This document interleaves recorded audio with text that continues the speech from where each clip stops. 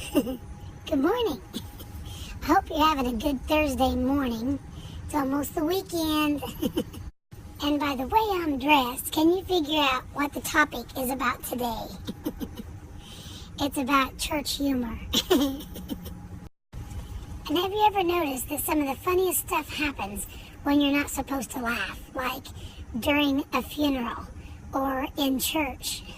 There was one time but way back in the day, we had an evangelist and his wife come to our church and was doing like a week's revival.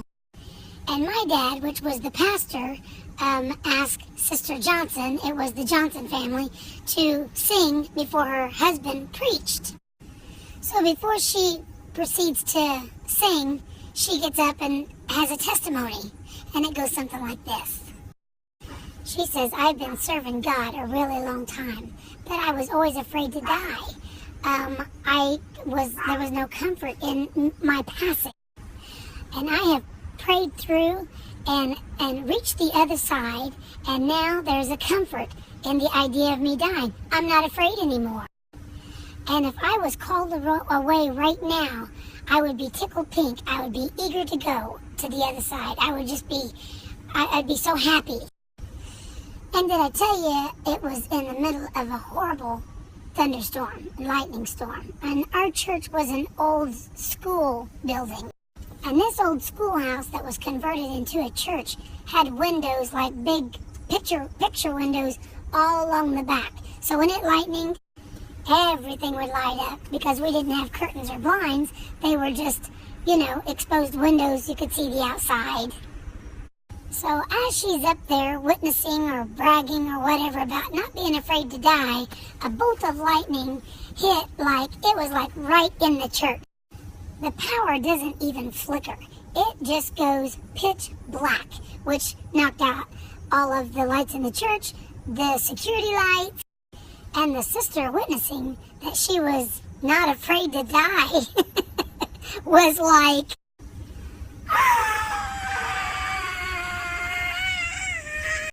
she was the only one screaming bloody murder. I look over at my mom and I said, she's afraid to die. There was another time, me and my sister, we used to sit behind my granddad. He played the cymbal. So he was sitting in front of us, and my granddad was a hairy man. So while we're sitting there, my sister notices a hair on the back of my granddad's dress shirt. So she leans forward, goes to pluck it off. And as soon as she pulls on that hair, he kind of went, ooh, ooh, like he got stung by a bee or something. It was hooked. So you try to remain the rest of the service not laughing your butt off because that's funny. And then you can't wait for church to be over so you can talk about it. There was another time my great-grandma Hoseman had passed away, so we was in a church, but we was at her funeral.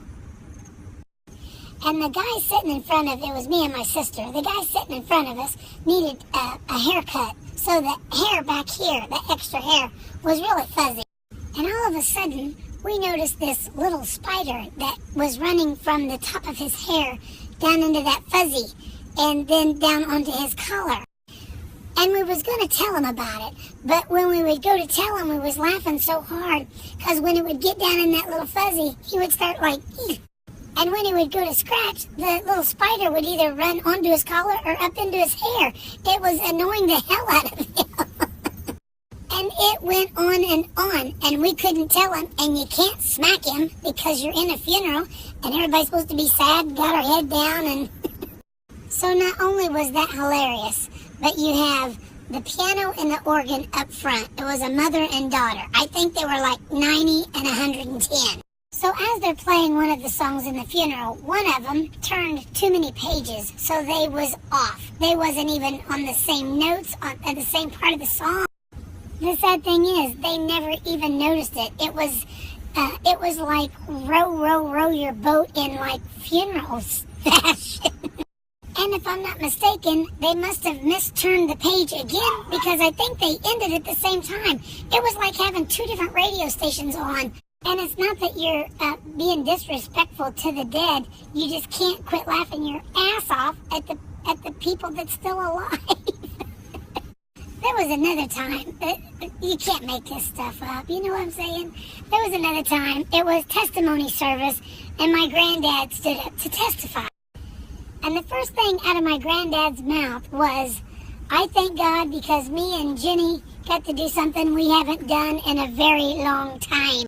You could have heard a pin drop. People was like, really? Like, look, turning around from all over the place like, He literally had everybody's undivided attention. And then he looks around like, what's wrong with everybody? When he realized what he had said, he was like, we read 2 chapters in the book of Psalms. But there comes a time you cannot unring that bell. We couldn't unhear him say that. It was funny.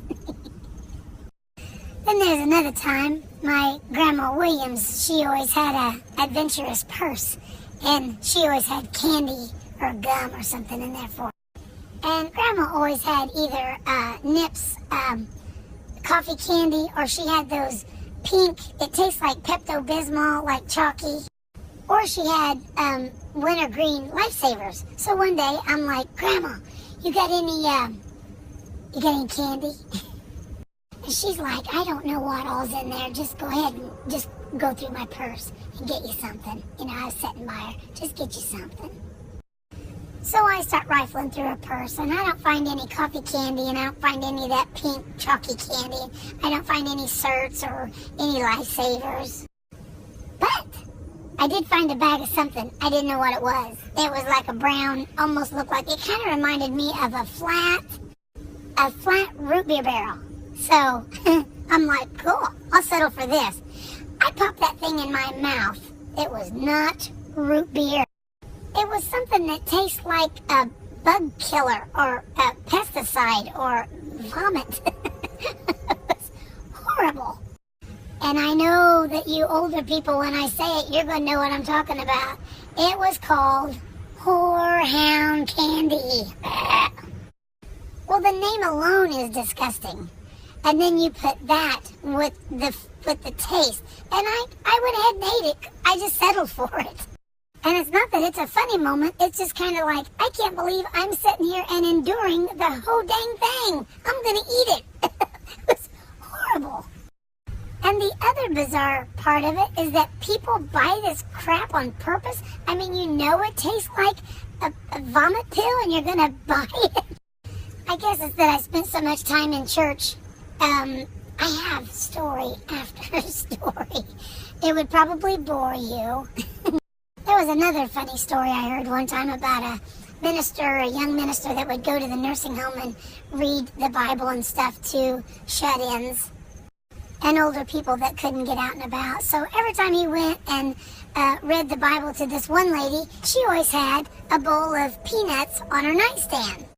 And every time he would go and read the Bible to her and pray with her, whatever, so he would sit there and eat these peanuts, and he's like, how cool is that? I mean, she's got treats here. So when he was leaving the nursing home, he made a comment about how cool it was, you know, to the nurses or the nurses' aides. And they're like, wait, what? You're eating that? They said, oh no, those aren't regular peanuts. She doesn't have any teeth, and she loves peanut M&Ms, and she sucks all the coating and the chocolate off of them and then puts the peanuts in the bowl. That's like her scrap. So I'm sure then he's just kind of like, oh. Kind of like with me and Cindy's wet popcorn. You know what I'm saying? Oh, so one more funny for you, and then I'm going to let you go because I need to take a nap. I got to work tonight. I got to get some Z's. My mom tells me a story of years ago. She was in church, sitting behind an older lady with the white hair. And when my mom looked up, she had black lines like all over her head, like a road map, you know, like, and my mom was like, oh, thinking, what could that, I mean, what's causing that? What could that be? And then the lady must have had an itch on her head. She raised her ink pen up and started like scratching her head with her ink pen, but the tip was out.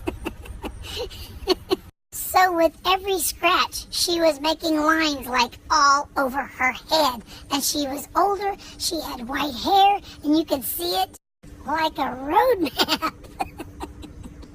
I wasn't with my mom. It was years ago. So I don't even know if I was around yet. So like I said before, not being mean or disrespectful, but when you're not supposed to laugh, you know that's when you're going to get the giggles. It's inevitable. So, I'm going to let you go. I'm going to go take a nap. And you guys have a good Thursday, and we'll talk sometime tomorrow.